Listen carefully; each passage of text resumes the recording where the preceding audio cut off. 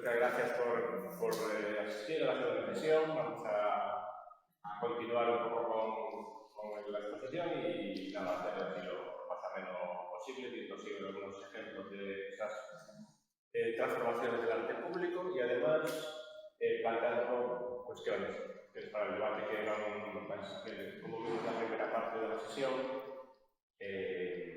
sorprenden a veces, ¿no?, por la intensidad de los debates y de las cuestiones derivadas de algo tan habitual como el arte público, que lo vemos todos los días, que pasamos habitualmente al lado de los monumentos y las estatuas, y muchas veces nos surgen esos temas, ¿no?, porque obviamente tienen un calado especial, ¿no? Entonces, nada, pues conectando un poco con lo que estuvimos viendo por la mañana, que acaban de plantear así de exponer un poco ejemplos que son significativos de estas transformaciones y que tienen que ver mucho con los debates en torno a de quién es el espacio público, ¿no? Entonces, precisamente acabamos con esa cuestión de quién es el espacio público y planteamos efectivamente que en términos problemáticos no hay una única contestación y que de algún modo lo que se impone es la necesidad de negociar, de gestionar, de debatir, ¿no? Un poco porque efectivamente el espacio público es un problema, un lugar que no es tan sencillo y tan fácil como interpretar. Esa idea de tomar el espacio público, de apropiarse del espacio público desde las miradas subalternas o críticas, o la institucional, se pudo ver de un modo fantástico, de un modo intenso, con un ímpetu formidable en las intervenciones, por ejemplo, del colectivo de mujeres creando bolivianas, que vienen desde principios del siglo, de los años 90, del pasado siglo, que rompieron el espacio público, las paredes de las calles de las calles bolivianas, de La Paz, realmente, y que planteaban un poco una revisión de toda una serie de estereotipos desde la reclamación de una mirada híbrida hacia el tema de las identidades de género, pero también introduciendo consideraciones en torno a otros tipos de división y clasificación social. Es un poco el feminismo interseccional, ¿no?, que asume la existencia de discriminación de género, de raza y de clase social, ¿no? Y muchas veces se mezclan, se solapan, se ponen un tipo de discriminaciones. Las intervenciones de este colectivo, que se ha formado normalmente por dos mujeres, aparte eran pareja, ¿no?, María Galindo y Julieta Paredes, intentaban precisamente incidir en el espacio público con un formato híbrido, las grafiteadas, se le llamaban ellas, ¿no?, las grafiteadas, que son intervención activista, que mezcla un poco estrategias de graffiti, de ese irrumpir por todos lados, irrumpir por todos los espacios, ¿no?, de paredes y calles de las ciudades, ¿no?, con un activismo muy fuerte, muy marcado, ¿no?, lemas activistas de un marcado carácter activista, pero también con una mirada poética, introduciendo también elementos provenientes de las artes plásticas, todo lo que tiene que ver con la tradición del dibujo, del cómic, de los elementos que ayudan a la presentación. Lo que estaban también era un poco retomando las prácticas del arte político, ¿no?, de las pintadas políticas, ¿no? Entonces era un cruce muy interesante porque ahí vemos elementos que se conectan con el graffiti, con el cartelismo y las intervenciones de los murales políticos, con la poesía, ¿no?, porque tenemos que también un poco reconocer que esas intervenciones, mujer no nos gusta cuando callas, tiene una carga poética fortísima, ¿no? Entonces este grupo, esta pareja de activistas fueron especialmente activas y representaron también un poco esas otras modalidades de irrupción del arte público basados en el activismo, el posicionamiento político. Bueno, vamos a mezclar elementos estéticos con cuestiones que levantan desde el punto de vista político. Nos interesa incidir, utilizar la componente estética un poco para incidir en esto. Es una pareja muy interesante por esa mezcla de clase social y de raíces también un poco identitarias, ¿no? También la raza. María Galindo, que se ocupaba especialmente de las artes plásticas, era una mujer de clase media, blanca, ¿no? Y Julieta Paredes, indígena aymara, sobre todo aportaba la parte poética, ¿no? La parte de la poesía y de la música. Entonces, bueno, por medio de grafitis, pero también por medio de performances, de acciones performativas, fueron irrumpiendo y aportando un poco esa otra visión de la que estuvimos hablando en el debate, ¿no? Desde la sesión de la mañana. Bueno, pues, aparte del arte público encargado, comisionado, pues está ese otro arte público de la ciudadanía que toma la calle, ¿no? Y que en ocasiones es político.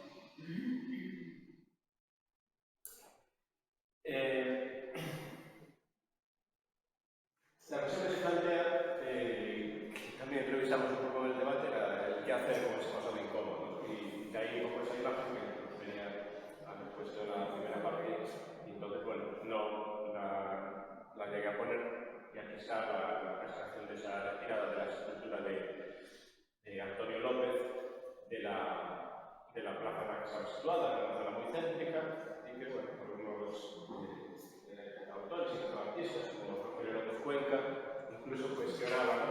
el hecho de que tuviese que ser retirada, ¿no? Porque su propuesta decía, bueno, pues, iba encaminada a preservar para actuar de un modo didáctico sobre la propia obra, ¿no? Para ser conscientes, para hacer consciente a la ciudadanía.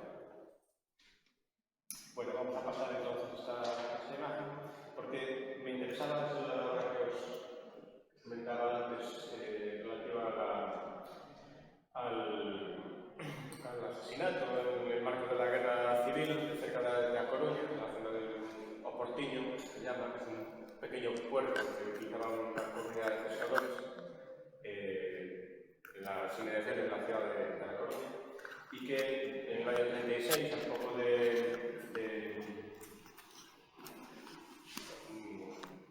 producirse el golpe de Estado del general Franco, pues fue escenario un poco de esa matanza.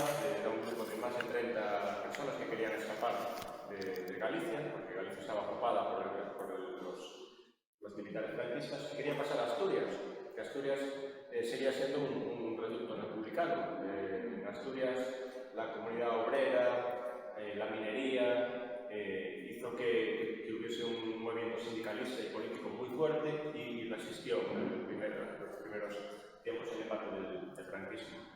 Estos 30 y tantas personas intentaron escapar de noche, pero fueron localizados por la Guardia Civil y por el ejército, fueron acribillados, murió un tercio aproximadamente, el otro tercio fue hecho prisionero y parece que un tercio se logró escapar, ¿no?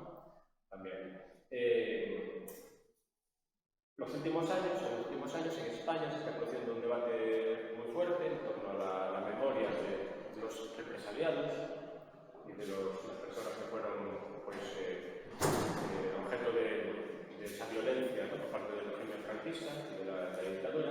Y este debate está produciendo que muchas asociaciones memorialísticas estén promoviendo esculturas en torno a la memoria histórica para rehabilitar el nombre de esas personas que no fueron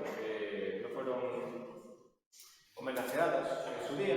Obviamente en el franquismo no, porque eran los culpables, los del bando de lo derrotado, pero incluso durante la transición tampoco habían sido recuperados sus nombres y no habían sido homenajeados. En los últimos años se está produciendo un fenómeno de dirección de monumentos a personas que fueron ajusticiadas o represaliadas por el bando franquista, promovido siempre por la sociedad civil, siempre es casi no sé, un 90% de los monumentos está siendo promovidos por la sociedad civil, no por las autoridades, lo cual deja un poco ver cómo aún ese trauma, esa herida de la guerra civil aún no acabó de cicatrizar del todo. Y en ese caso, el artista Pepe Galán plantea una pasarela de metal de acero corten, donde están escritos los nombres precisamente de las personas que crecieron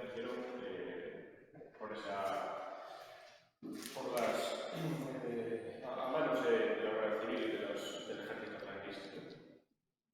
A raíz de esto, bueno, retomo un poco las palabras de la sesión de la mañana del investigador John Thompson de la Universidad de Montana, pero vivió en Galicia, estudió en la Universidad Gallega y investigó el tema de la memoria histórica, de la literatura sobre todo. Y se acercaba también, en un ensayo, en un artículo, al fenómeno de las esculturas que rememoran a las víctimas de la represión franquista y planteaba esa cuestión de si solamente con hacer el monumento es suficiente. Si solamente inaugurar un monumento que recuerde a las víctimas es suficiente.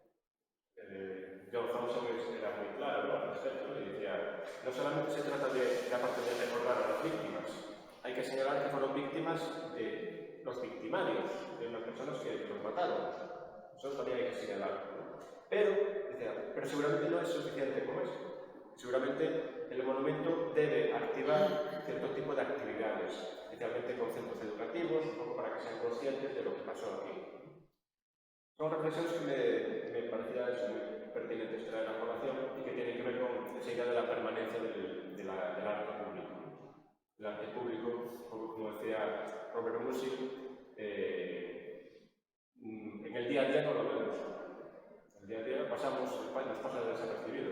Y entonces, en ámbitos tan intensos y tan emocionales y que tienen que ver con las familias de la gente que vivía en esos entornos, en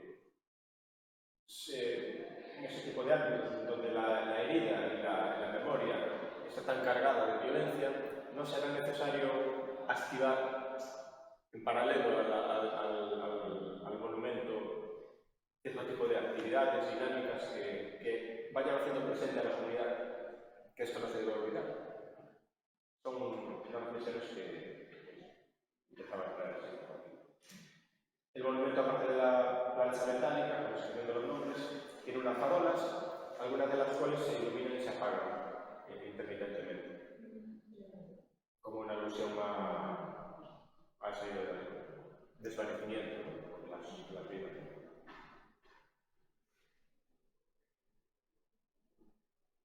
Y este era un mural que conecta también con el texto de Olivia Wood, precisamente este era el mural al que podemos luego comentar un poco en la segunda parte de la sesión, en relación con los dos textos que proporcioné en relación con el arte colaborativo. Entonces es interesante luego ponerlo al final, de nuevo para reflexionar un poco sobre el proceso, los procesos de trabajo que llevan implícitos ese tipo de obras colaborativas. Este mural en concreto, Matthew Cooperative Mural, Madison, en Wisconsin, planteaba la autora Olivia Wood la necesidad de concebir el trabajo colaborativo desde la asunción realmente de un respeto, de un trabajo común, de no la imposición de los criterios del artista sobre la comunidad.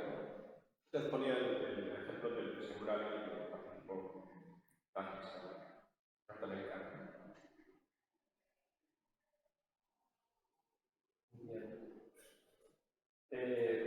La segunda parte de la charla, de la sesión de la tarde, se centraría un poco en la idea de la percepción del arte público. Y un poco el ejemplo el recorrido, que un poco que podemos hacer mañana, iría un poco también en relación con este tema, ¿no? La percepción, cómo percibimos el arte público, que es un tema muy complicado, es un tema realmente muy difícil de evaluar. La evaluación, ¿no?, de la incidencia del arte público es un tema peleagudo, muy espinoso. Es muy difícil realmente llegar a un cierto consenso sobre cómo valorar la efectividad, la eficacia del arte público. Aunque que podamos tener una cierta intuición de que efectivamente hay obras que funcionan. Sobre todo, a partir sobre todo de conversaciones, de observación. Bueno, eso podemos comentar un poco cómo evaluar el arte público, ¿no? En todo caso, una de las cuestiones que me parecía relevantes y que ya anticipé un poco por la mañana es el tema de la relación entre el arte público y la violencia. El arte público tiene sus efectos, tiene unos efectos. William Mitchell, el investigador norteamericano, se planteaba el tema de la violencia y el arte público y planteaba un poco la cuestión de si no estarán íntimamente imbricados violencia y arte público. ¿No será una relación, por desgracia, inevitable? ¿Por qué plantea Mitchell? Pues porque, en buena medida, muchas de las esculturas creadas desde el origen de la humanidad, pensemos en las estatuas de Augusto, la columna Trajana, etcétera, están vinculadas a actos de violencia, a conquistas, a victorias militares, a grandes estadistas que se impusieron sobre otros, etcétera, etcétera. El tema de la violencia está íntimamente ligado al arte público desde los orígenes de la historia. Incluso, como comentábamos antes, todo el tema de la destrucción o de la retirada de esculturas a Colón, a los conquistadores, lo que nos pone sobre la mesa un poco es esta realidad, de esa relación tan fuerte entre buena parte del arte público y los actos de violencia, ¿no? Pero incluso, retomando las palabras de Heidegger, de los ensayos sobre Chillida, también podemos leer esa idea de hacer lugar, ese hacer lugar del que hablaba Chillida, como una imposición. Los que erigen el arte público están haciendo lugar, lo están haciendo el lugar que deciden ellos, ¿no? Muchas veces sin mucha interacción o vínculos con las comunidades. Las esculturas pueden llegar a ser peligrosas. Por eso se preguntaba Mitchell lo que hace la escultura, qué es lo que hace el arte, qué es lo que hace el arte público. Pues puede operar de un modo también un poco violento o ejercer de algún modo cierto tipo de violencia, ¿no? En el caso del franquismo, eso es una estatua del general Francisco Franco, que en un momento en el que se la están llevando del Ferrol. Ferrol es una ciudad gallega donde nació Franco y que durante mucho tiempo se denominó el Ferrol del caudillo. Luego ya con la llegada de la democracia se le retiró el apellido a la ciudad y volvió a llamarse Ferrol.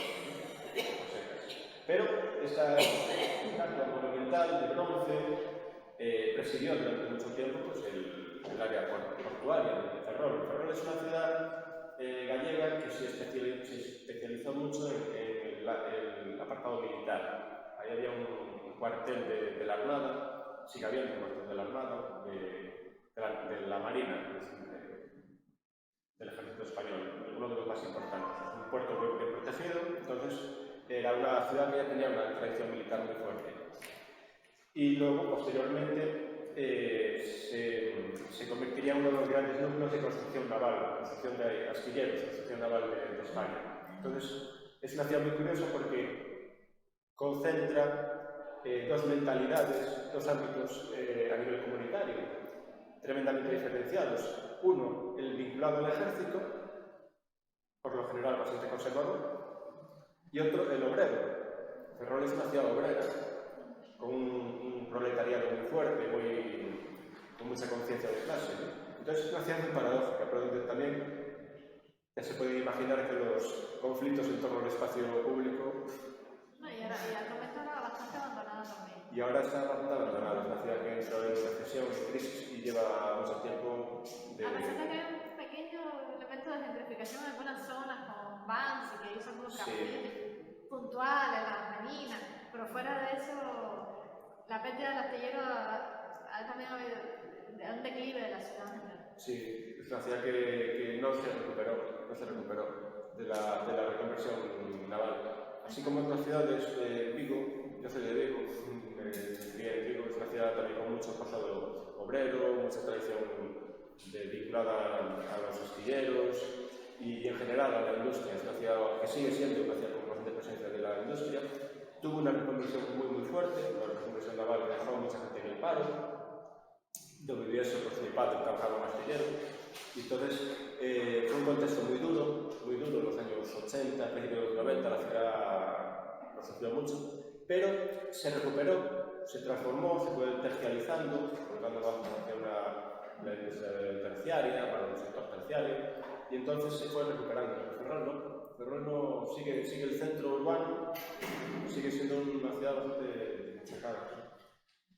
Y bueno, y el caso de la retirada de la estatua de Franco, pues es un ejemplo de las políticas de regeneración urbana que tiene que ver con la memoria histórica que en los últimos años se produjeron en España. En más ciudades españolas se retiraron estatuas de Franco, a raíz del proceso de democratización, de la transformación, la transición. No sin debates, sin polémicas internas. Siempre antes de cualquier retirada de estatuas suele ser muy habitual que se produzca mucho debate político, con los sectores más conservadores diciendo, bueno, no hay que retirar esto porque, a ver, es parte de la historia, de la memoria y tal, y los sectores más progresistas diciendo que hay que quitar las estatuas de Franco. Pero todas las estatuas de Franco fueron el objeto de esas polémicas políticas desde el principio. Ahora se acaba de aprobar una ley de la memoria histórica que ya especifica con mucha más claridad todos los elementos que deben ser retirados de la vía pública. E incluso especifica con más claridad también el concepto de víctima. El concepto de víctima, que antes era una especie de nebulosa, ahora se especifica con más claridad. Y se le encarga al Estado la misión de velar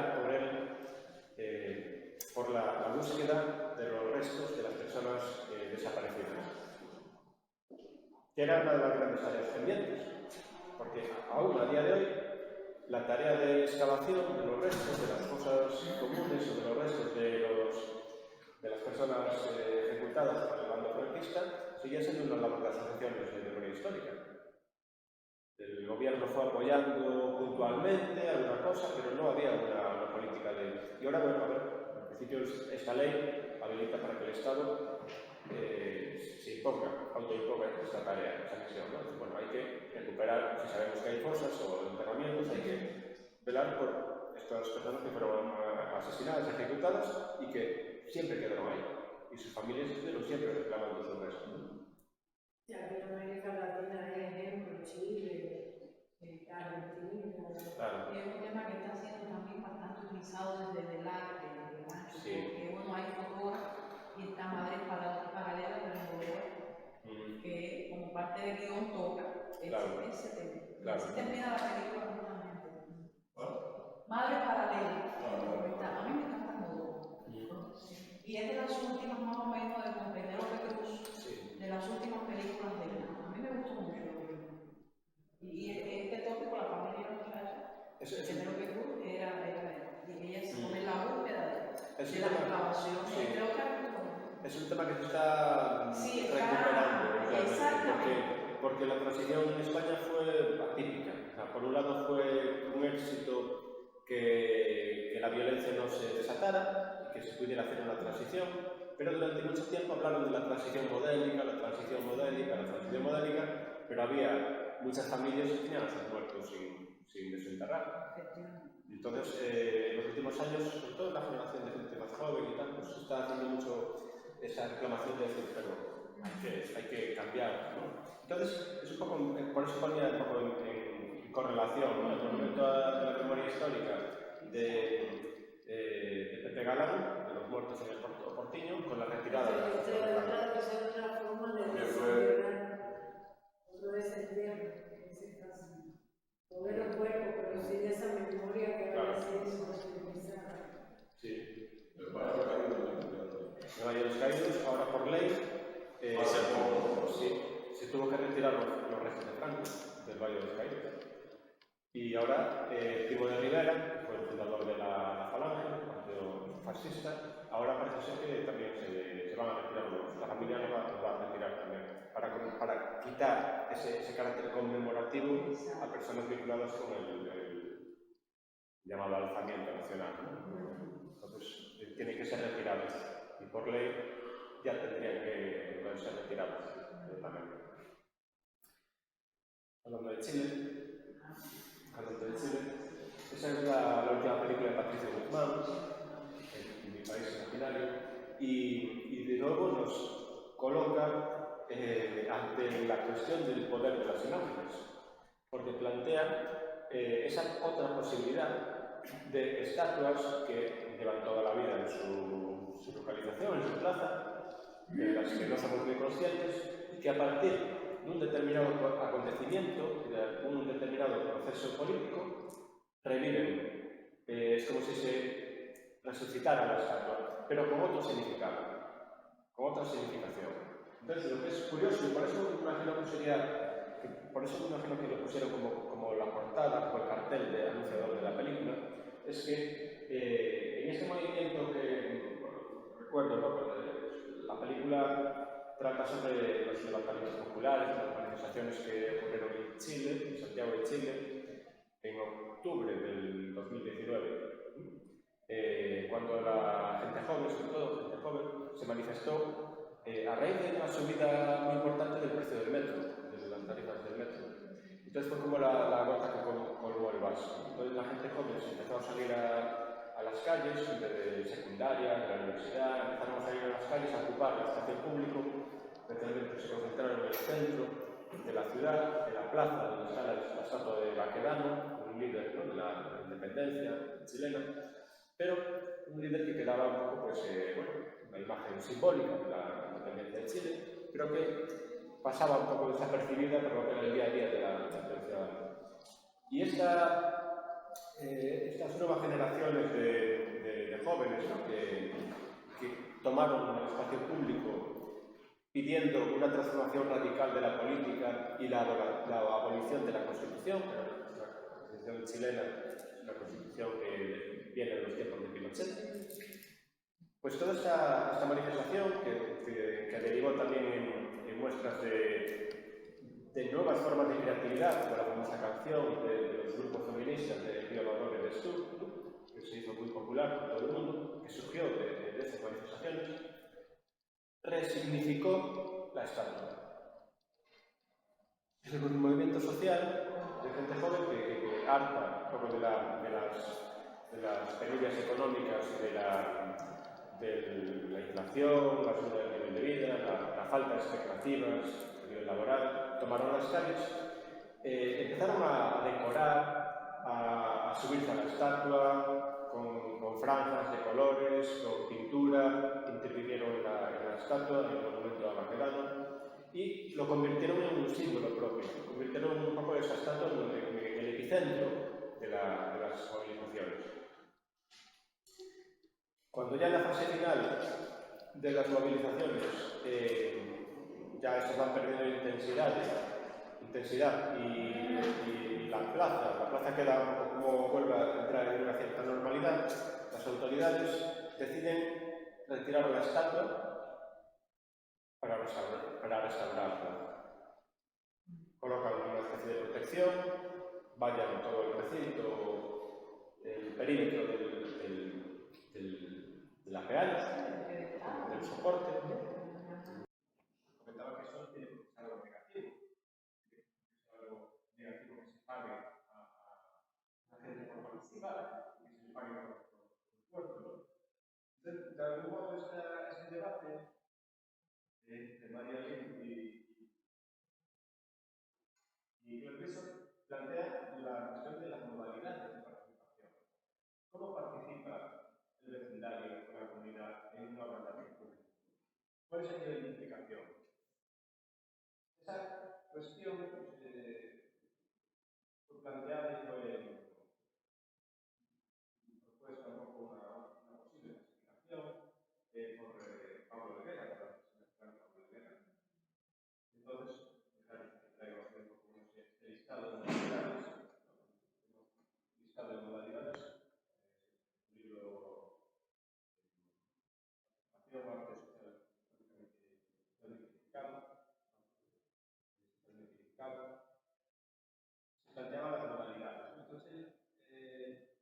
Pablo Rivera presentaba 4 modalidades posibles, ¿no? Desde la planificación, una participación nominal, es lo que ocurre cuando los visitantes, los espectadores, observan atentamente cualquier obra de arte, sea en el espacio público, sea en el interior del museo. Sería una participación nominal, participación dirigida, visitantes que completan una tarea simple, contribuyen a partir de una serie de pautas que da el artista, cómo pintar esta parte, con qué color etc., pero con indicaciones proporcionadas por todos los artistas. La tercera modalidad sería la participación creativa. El artista proporciona una estructura en la que personas participantes desarrollan un cierto tipo de acción, pero con bastante libertad. Con bastante margen de libertad. Es el caso, por ejemplo, de una acto de interpretación, actuación, puesta en escena, que ocurre en algunas modalidades de la de Miguel. Miguel tiene obras que consisten en una serie de pautas, los que intervienen actúan, pero con una cierta libertad.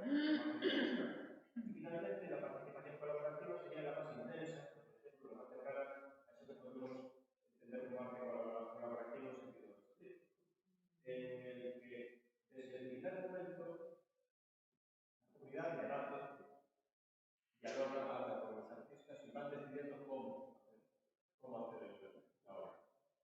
Van decidiendo cómo realizar y qué destino final va a tener la obra, sin saber muy bien cuál va a ser el producto final. Todo a partir de un diálogo que empieza desde el minuto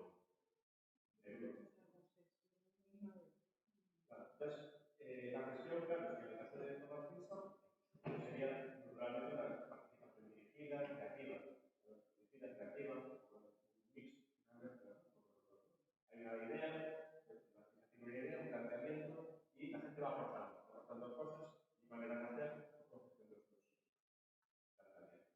Uno de los textos que hablaba también de la cuestión del conocimiento, de buscar una colaboración, buscar la dimensión social, es un factor importante de que la gente que va ¿cómo se llama? A quedarse, porque la artista va un tiempo, no queda su proyecto y después se va, pero la gente es la que se queda con aquello, para que todo el mundo, bueno, inclusive la idea que puedan aportar los mismos habitantes, los ciudadanos del lugar, llevar al concepto, no es de una manera de, digamos, aleatoria, indiscriminada, sino que sí, que a todo el mundo les parezca adecuado, ¿no?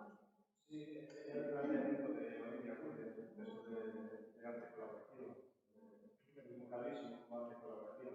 Ella planteó un poco esa idea de que tenían que trabajar juntos, en grupos, y que las decisiones tenían que basarse en el consenso, tenían que estar de acuerdo en toda esa heterogeneidad, al final ponerse de acuerdo un poco en qué colores de qué temática, y luego, aunque a nivel estilístico se percibieran por distintas manos.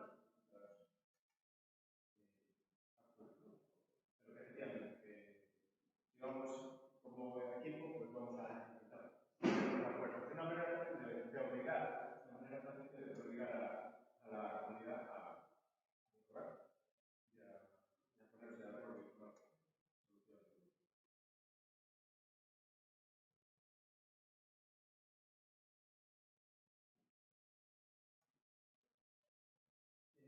También con este tipo de dinámica, Caterina Sena, la checa, planteó una serie de intervenciones, sobre todo en ciudades de Chequia, Moravia, la República Checa, en la que creaban contextos para que las personas participantes fueran creando, diseñando, aportando un poco sus perspectivas sobre este tipo de situaciones. Por ejemplo, sus intervenciones en una pequeña ciudad, la que quisiera implantar una fábrica de coches de Hyundai, de que iba a transformar radicalmente el paisaje, iba a dar trabajo durante unos cuantos años, no se sabe cuántos, se le pidió a los ciudadanos y a las ciudadanas que crearan unos dibujos en los que imaginaran cómo sería su comunidad, su ayuntamiento, su actualidad, dentro de 20 o 30 años. Entonces, con unos manteles que tenían una perforación, un hueco, unos manteles que tienen un hueco, en alusión a lo que vamos a perder, a la parte de nuestra identidad que vamos a perder, los ciudadanos iban pintando, coloreando, dibujando sus imágenes del futuro de aquella ciudad. O en este caso, en el proyecto UNESCO, UNESCO-Co, una especie de empresa, planteaba en ciudades muy turistificadas de la República Checa, planteaba una especie de subversión del espacio público, una especie de recuperación del espacio público por parte de ciudadanos del entorno. Entonces, ¿qué planteaba? Pues hizo un contrato, seleccionó a 16 familias, que no eran precisamente las que vivían en el centro, en lugares más céntricos, con lo cual se añadía un problema más para este obra. Eran de la ciudad, pero no vivían en el centro. Entonces, se contrató a 16 familias para que durante un periodo de 10 días hicieran todo tipo de actividades diarias en la calle. Entonces, esa gente podía decidir qué tipo de actividades iba a realizar. Cocinar, hacer una barbacoa, hacer yoga, lavarse, bañarse en una pequeña bañera, etc. Descansar, dormir, hacer una siesta, pero en el medio de las calles. En medio de calles estaban tremendamente saturados de turistas. Con lo cual, de repente lo que hacían era interrumpir ese flujo diario de turistas que inundaban la gente dentro de las ciudades con gente que era del entorno, que hacían actividades diarias, que tampoco los ciudadanos que vivían en el centro de la ciudad tampoco las estaban haciendo, porque vivían en muchos casos en negocios dependientes del turismo. Entonces el espacio público realmente estaba ocupado por los turistas. Lo que planteaba es, bueno, vamos a meter aquí una cuña con gente de la ciudad que va a recuperar el espacio público para actividades del día a día. Eso, claro, causaba una extraña, una sorpresa tremenda, ¿no? A los visitantes, pero también una especie de recuperación del territorio. Sí, con elementos muy sencillos, diarios. De la comida, la aseo, antiturístico. De repente era una interrupción en el flujo turístico. Es un problema que en Europa, en las ciudades europeas, es tremendo. El centro está ocupado por turistas. Y hay un desplazamiento de la población local. Eso está generando debates muy fuertes. En Barcelona, ya hay debates sobre la masificación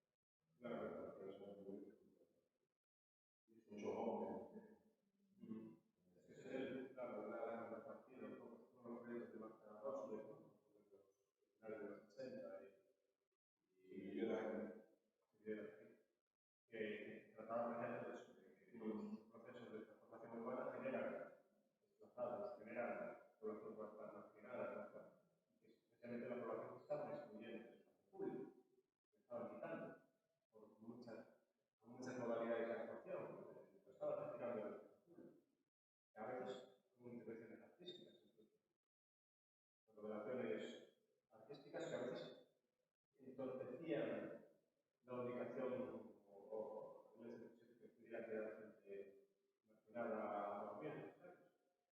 Porque ponía mobiliario urbano con elementos muy bonitos, pero que no dejaban que la gente pudiera dormir cuando realmente se está colocando.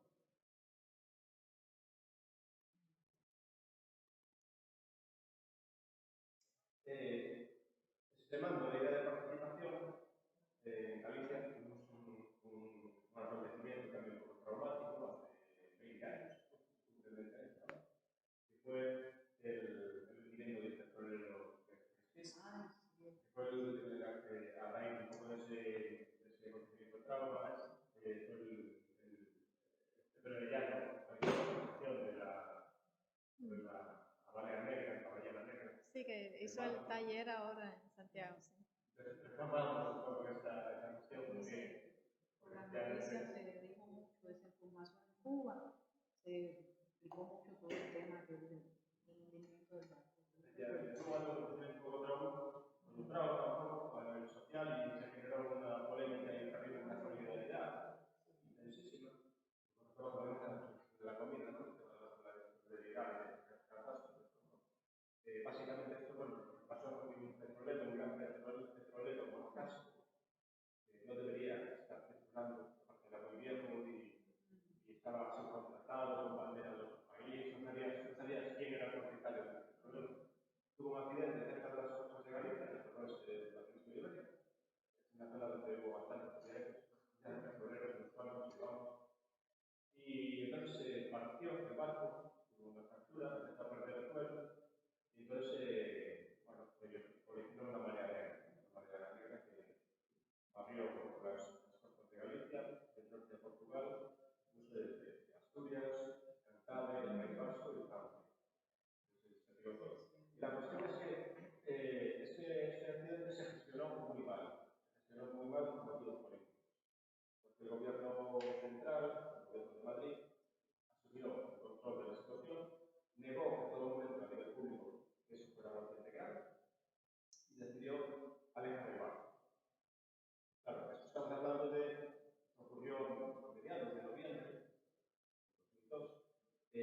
Las costas gallegas son costas muy afectadas de mar fuerte, de temporal. Entonces, ¿qué pasó con esa decisión? Alejar el barco. Empezó una deriva, empezó hacia el norte, desde el norte le dijeron a otros países que desde nada, que para abajo. Luego cambió el rumbo, se fue en dirección suroeste, hacia las costas de Portugal.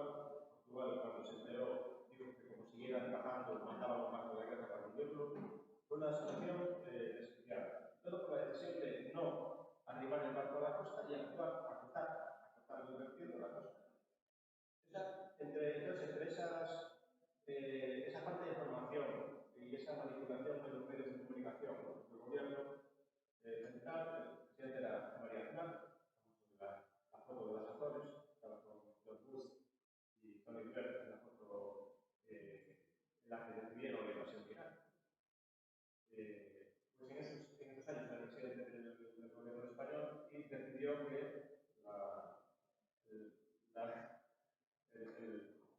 la catástrofe ecológica, pues, bueno, que no iba a ser una catástrofe ecológica, porque se tiraba el barco y se hundía la decisión fue una catástrofe, porque con ese temporal el vuelo empezó a llegar a las costas, la gente ya tenía que llegar, empezó a llegar, provocó una marea negra, y la gente de las costas se movilizó con un enfado tremendo, pero también limpiando sin medios, porque el gobierno no había destinado medios a los ríos. Entonces, por un lado, la rabia derivó en manifestaciones y en la movilización de mucha gente de Galicia, de otras partes de España, incluso del extranjero, que llegó a Galicia a limpiar las playas y las costas.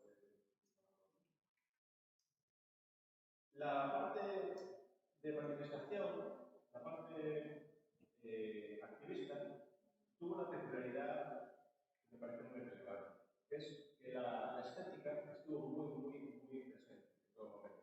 Las movilizaciones fueron casi un experimento estético, porque artistas, plásticos, músicos, gente del mundo audiovisual, del cine, poetas, se implicaron. La inmensa mayoría de los artistas y del ámbito gallego se implicaron de modo muy decidido en el activismo. planteado manifestaciones como esta, la manifestación de las maletas, en La Coruña, donde se representaba simbólicamente la idea de que vamos a tener que emigrar porque nos están destruyendo la costa y no va a haber nadie que viva del mar, del marisqueo, de la pesca, que es una actividad fundamental en Galicia, la pesca y el marisqueo. Se crearon escenografías, grandes varias reglas con plásticos, con todo, con plástico negro.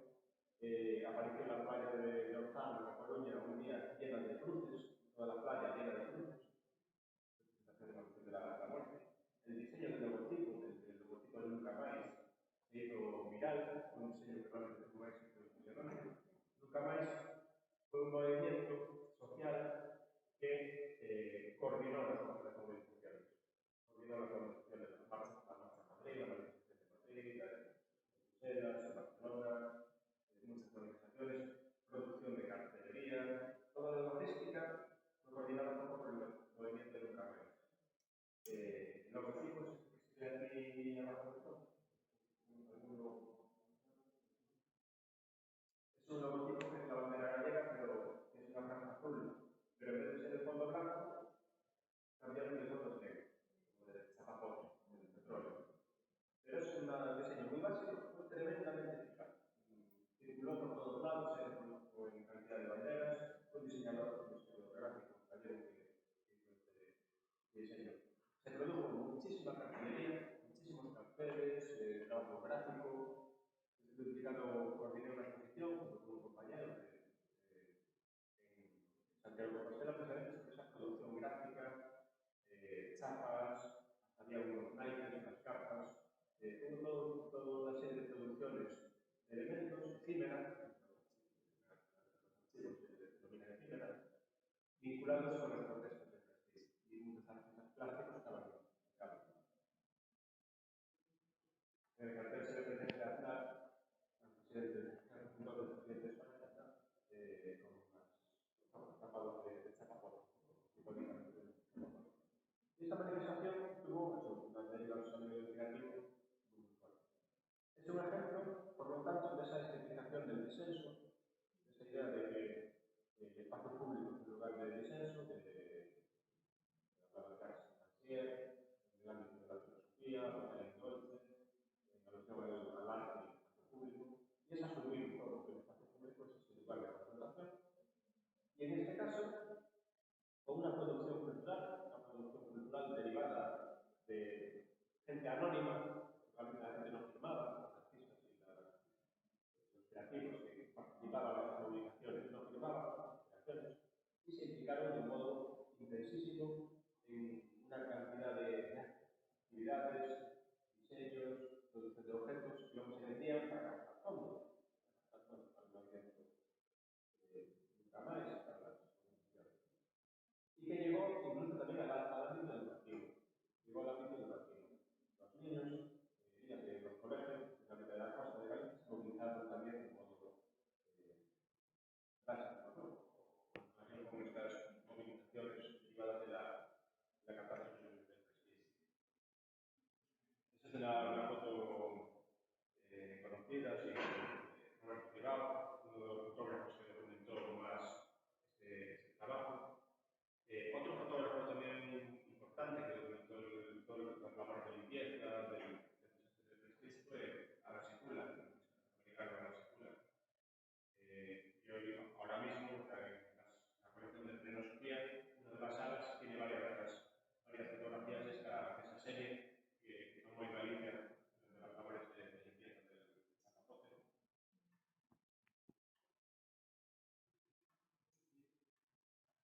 De civilización, se llegó a hacer una cadena humana de niños, de colegios, donde participamos cerca de 50.000. Una cifra impresionante. De niños que se fueron organizándose a autobuses, para los colegios, de la Galicia costera, y desobedeciendo una circular de las autoridades educativas de Galicia que indicaba que los centros educativos había que dejar aparte la política y centrarse en la educación. Desoyendo esa circular, cientos de colegios se movilizaron, los niños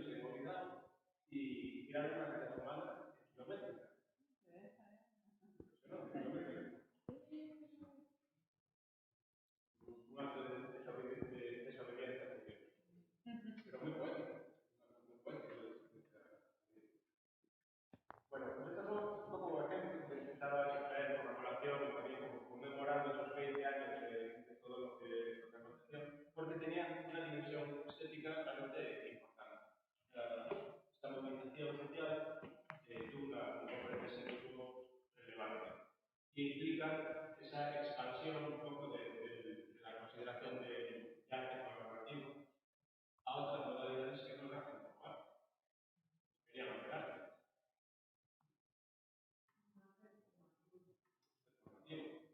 Exactamente, con muchas movilizaciones vinculadas al movimiento antiglobalización, que fue por esos mismos años, fue el 99, 2000, la asociación de Génova, de Seattle, que fueron movilizaciones que también se pudieron difundir porque era el momento en el que estaban haciendo las redes sociales, bueno, internet también, la gente empezaba a comunicarse por internet y a comunicarse muy rápido y a fluir información fuera de las redes sociales. Esto fue característico de las movilizaciones antiglobalización y fue característico del movimiento de Nunca Más y todo lo que se estaban haciendo otras modalidades y otras redes de información. Esto implica que también la consideración de espacio público hoy en día tiene que asumir también la calidad de esa otra esfera de circulación de la información y de debate, de confrontación, está en la red, está en Internet, ¿no? Y que, bueno, después de destacar autoras como Angélica Snell, la que comentaba antes, decía que es como la polivalencia del espacio público. La autora reflexionaba y comentaba que ese espacio público no solamente lo podemos identificar con esas coordenadas que daban Habermas en torno a los espacios de socialización físicos, la burguesía económica, sino que hay que controlar toda esa otra modalidad de circulación de la comunicación.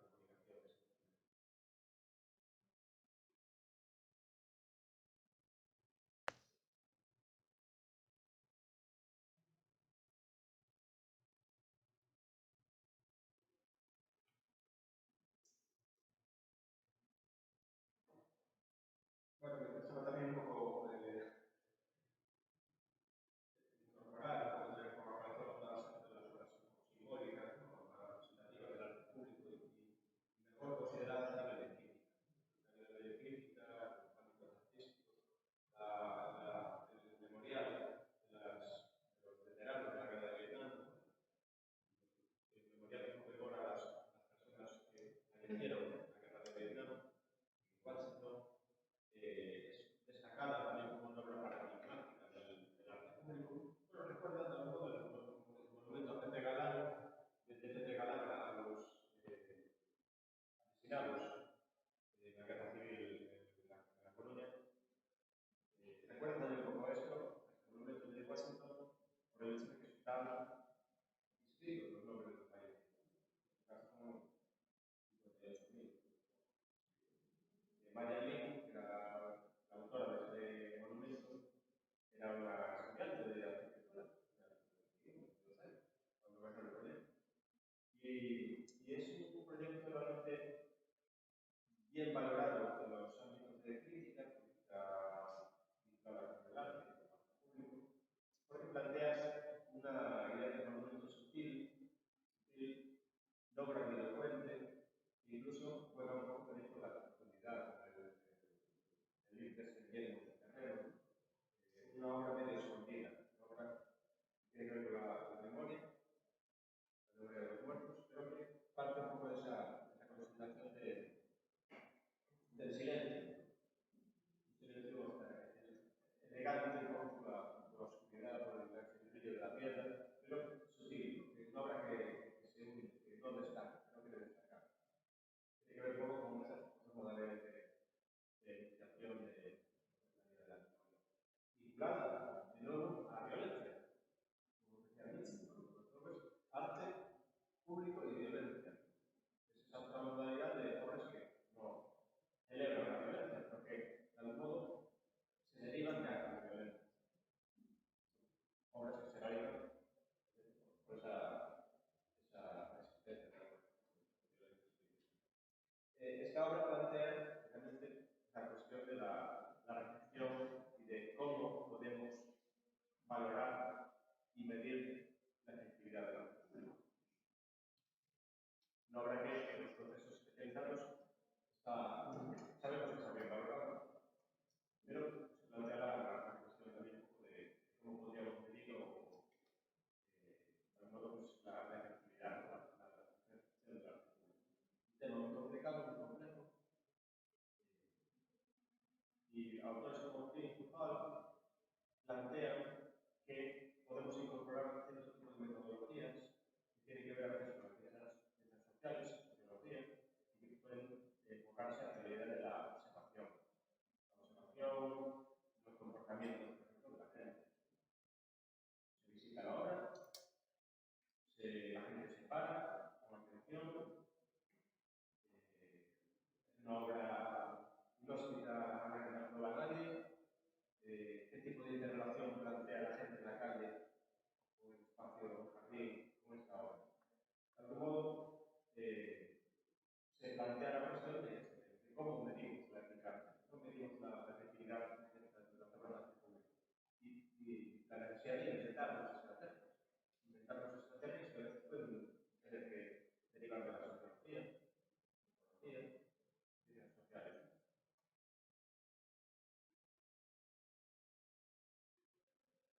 Hablo del disfrute contraponían, ¿no? De un modo muy evidente ese monumento con el resto del complejo del Capitolio y de la Mora, complejo administrativo de Washington. El presidente decía que era un complejo fallido, es un complejo fallido porque quiere utilizar conceptos abstractos que se dirigen hacia la democracia, la ciudadanía, la igualdad, pero de tan magnificente, de tan colosal, acaba apabullando al visitante. Y los ciudadanos no pueden hacer suyo este complejo arquitectónico estilo neoclásico. Es un poco el problema que pasa en el neoclasicismo. Es tan puro, tan grande y tan blanco que, bueno, la gente se ve un poco apabullada, ¿no?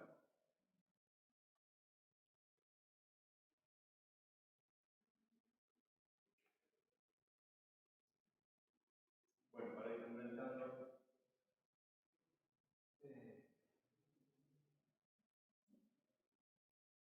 simplemente quería traer ejemplos de esas otras muestras un poco de arte colaborativo. Correspondería a esa modalidad, bueno, creativa, un poco, ¿no? De una obra de David Heller, la María de Abreu, famosa película y acontecimiento, ¿no? De recreación histórica de las manifestaciones de mineros, ¿no? Del área de la comarca de Abreu en Reino Unido, en el momento de la reconversión industrial, cuando Margaret Thatcher vivió cerrar las fábricas, las minas, y que en el año 74 se manifestaron, ¿no? De modo multitudinario y fueron sometidos un poco a esa represión hacia las autoridades británicas. Lo que hizo Jeremy Heller fue de nuevo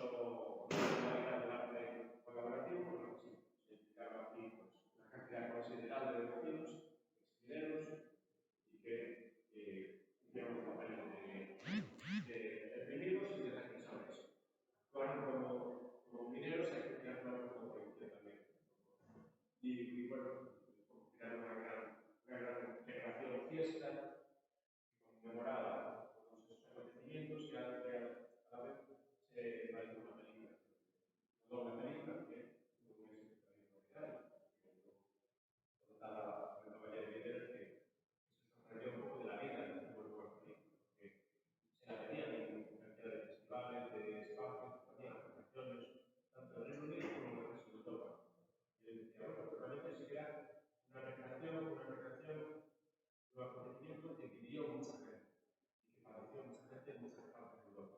Y seguramente por eso esta representación basada en el acontecimiento traumático y laboral toca una fibra sensible de mucha gente. Es otro caso de éxito de una obra de arte público que sobre todo iba a ser demandada, se la pedían, continuamente de Wikipedia, que hacían entrevistas, investigadores de muchas partes del mundo de entrevistas en torno a esta obra, y que es una obra que, bueno, tiene una reflexión de los estudios que tienen la oportunidad de cantidad de textos escritos la batalla de Rey. Bueno, las últimas dos imágenes, para la Troya, alude un poco al texto de Judith.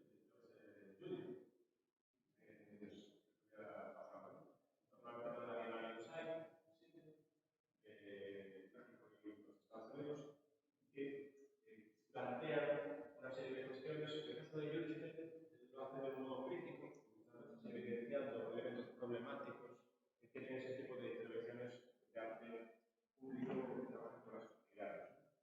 El caso de Judith no podemos comenzar ya en la parte de la sesión, pero bueno, ya ven un poco que alude a esas implicaciones que hablábamos por la mañana, sobre todo ese trabajo de gestión. ¿Cómo lo hacemos? ¿Cómo nos relacionamos con las comunidades? Pablo Olivera, por ejemplo, para Pablo Olivera era un asunto relevante. ¿Piensan realmente los artistas en quién va a ser el público de estas intervenciones? ¿Se toman en serio realmente quién va a ser la audiencia de esas intervenciones? ¿Quiénes van a ser? ¿La comunidad? ¿Los visitantes que van a la Bienal de Arte? ¿Que están en general metidos y grandes dentro de las artes? ¿Quién va a ser el objetivo de la obra? Y luego, ¿cómo se planifica la participación de la ciudadanía? ¿En qué grado de implicación política? Entonces, Judith precisamente plantea una serie de observaciones en torno a lo estético, crítico, con la flexibilidad y una cosa muy relevante. Creo que si quieren lo argumentamos, denuncia en el texto es el recurso de la apertura. Plantea la idea de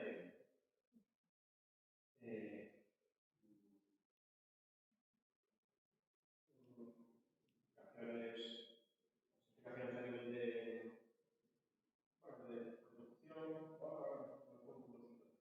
producción, no tenía la pasión preparada, el temblar, la haciendo el texto. Y la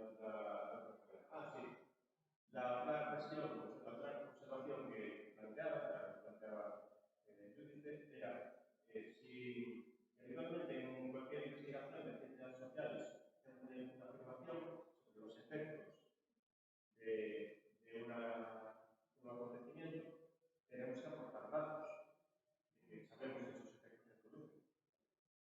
¿Pasa lo mismo en el mundo real? Cuando decimos esta obra consiguió recuperar la autoestima de la ciudadanía, esta obra se dirige a tal, consigue activar virtualmente y preguntarle y qué muestras, qué datos presenta para justificar la marquesa por el comisario. Falta de evidencia. Pone en cuestión el tema de las evidencias. Estas afirmaciones que a veces hacemos muy alegremente los que nos dedicamos al arte, estoy incluido escribiendo sobre arte, analizando el arte, cuando planteamos algún tipo de consideración que tiene que ver con los efectos, estamos mostrando evidencias de que lo que decimos es cierto. Entonces es una observación muy interesante. Porque normalmente se habla de la dimensión simbólica, se explica el sentido de las obras, lo que se persigue, pero lo que se persigue se consiguió. Entonces, esa cuestión es una cuestión muy igual que como medida significación. Medida significación. Significación es otra cosa. ¿Cuál significación? claro. Cultural, económica, política, ¿cuál? ¿Y cómo la mide? Claro. Y significación para quién. Para quién.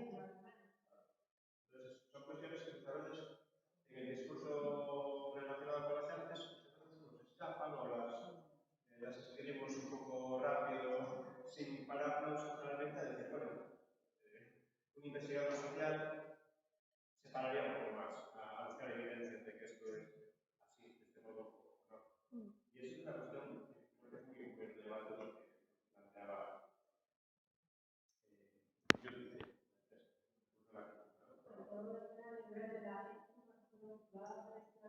Claro. Entonces como que te pasa un poco de calcio, científico. Entonces, seguramente eso es un poco una de las diferencias de uno de esos elementos que diferencian al entorno del arte y del discurso del arte de otro tipo de discursos, de las ciencias sociales. Viene también el problema de la investigación cualitativa. Claro. Es la del arte. Claro. Eso da una explicación, pero que hay que de alguna manera acorralarlo, porque si no se elimina. En la opinión propia ya vale porque la digo. Claro. Entonces ahí seguramente es la cuestión es en dónde tenemos que parar, cuando escribimos libros, hasta dónde podemos llegar. Entonces, especialmente podemos hablar de las intenciones de los artistas, de los comisarios, de la Bienal, sobre qué se trata, de qué interpretaciones podemos sacar o significaciones. Siempre queda dentro del terreno de la hipótesis. El punto de vista. ¿Cuántas vistas no hay desde cuántos puntos no hay para la Claro. Hay algunas obras que de algún modo facilitan un poco la evaluación crítica. Algunas obras como esta de Escobedo, en las playas de la frontera de Juan y Santiago, Estados Unidos y México, que esta obra es considerada como también un éxito, incluso bueno, la psicografía Cartier, que escribe sobre esta obra, habla con términos muy positivos. ¿Por qué? Porque decía que la obra rápidamente fue intervenida por la gente, que rápidamente empezó a poner cocos, piedras al lado de las catapultas, que son están dirigidas hacia Estados Unidos, la frontera entre México y Estados Unidos. Entonces, esta obra es un ejemplo de obra que realmente que enganchó, que tenemos la impresión de que enganchó la ciudadanía, porque realmente se apropiaron de la obra sin dañarla, sin hacer ningún tipo de compañía, empezaron a jugar a que aquí puede ser un arma para los vecinos del norte, para lanzarle cosas a los vecinos del norte. Empezaron a jugar piedras, cocos, para